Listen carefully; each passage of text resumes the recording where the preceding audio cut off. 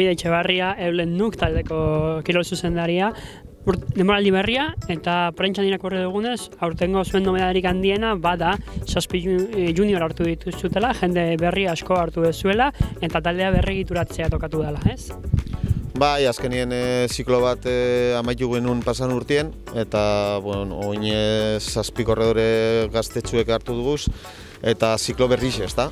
Lehen urtie zaila izango da, baina ni uste dute aurten bez oser egingo dugula eta datorren urtien ja ekipoa ondo jarriko dela, ezta? Taldeak duen esperientza guztiakin, baina ia zerotik hastea da. Bueno, zerotik ez, batzuk badakiz zelan korridu, ezta? Bai Aranzolo, baita Biergen, ero Artano berabe. Azkenien badakit zelan korritzen daben taldie eta errezago izango dela beste zazpi korredorei zer esan zelan egiten den gauzak, ezta? Halere, beti esaten da, gaur egun juniorrak oso preparatuta, oso prestauta dozela, aurreko urteetan ez bezala, nola ikusten dituzuk? Urteroz entzuten dut nik hori eta ja goi urte daramat ja ixe amatarrerien. Ni uste dute bai, soziedadie desberdina da, oin dela goi urte, baina korredoriek beti zeozer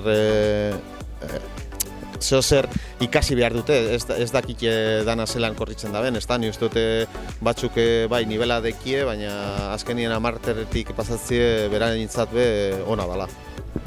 Zein helburu dituzute aurten, zein lasterketa batez ere jarri duzu egutegian gorriz markatuta?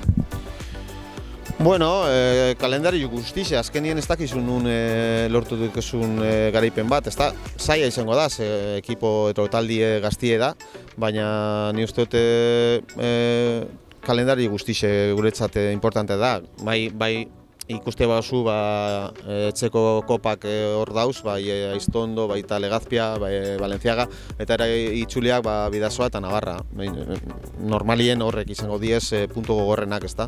Eta gero datozen karreretan ikusiko dugu zelan daudien ekipo ez azkenien hain gaztie da, ez dakizu zelan amaituko doen taldie temporali, ezta? Xabier Aranzolo, Eulen Nuk taldeko txorrinduaria, 3. urte afizionatuetan, ja aurten ia taldearen erreferentetako bat zara. Nola planteatzen duzu urtea? Bueno, aurra pauso bat emoteko urte dala uste dut, talde berrizeko gu baina gaztie. Da talde politxea, azkenien taldeko ekipoko danak joan die, itxin da bizikleta, da gazte asko tordie, da ambiente hona dau, da uste dut pertsonalki aurra pauso bat emoteko ordu dela, da beste modu batera korritzeko. 3. urtekoa izanik, dagoeneko 3 urtez, 2 urtez ikusi zaitugu oso borrokalaria zarela, iesaldiak asko maitu dituzula, bide hori jarraituko duzu? Bueno, zantzute moduen beste modu batera korritzeko denbori heldu da, azkenien gordetako, da nik uste dut bai aurra egoteko momentu edo urtia dela.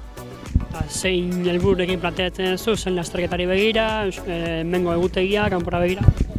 Ez dekot helbururik, karrera joan eta ahalik eta gehien disfrute karrerataz.